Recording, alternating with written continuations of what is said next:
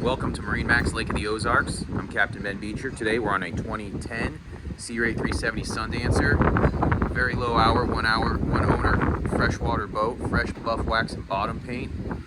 Walking through the transom here.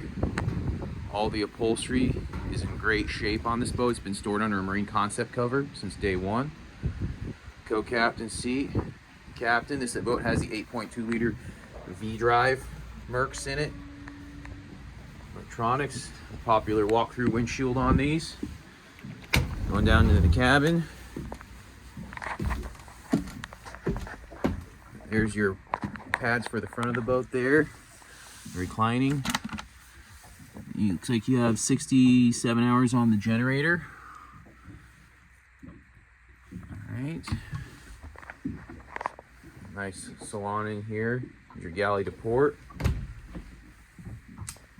Bathroom with wet head, and your actuated V-berth in the front of the boat. This is extremely clean, low hour, one owner boat, you guys.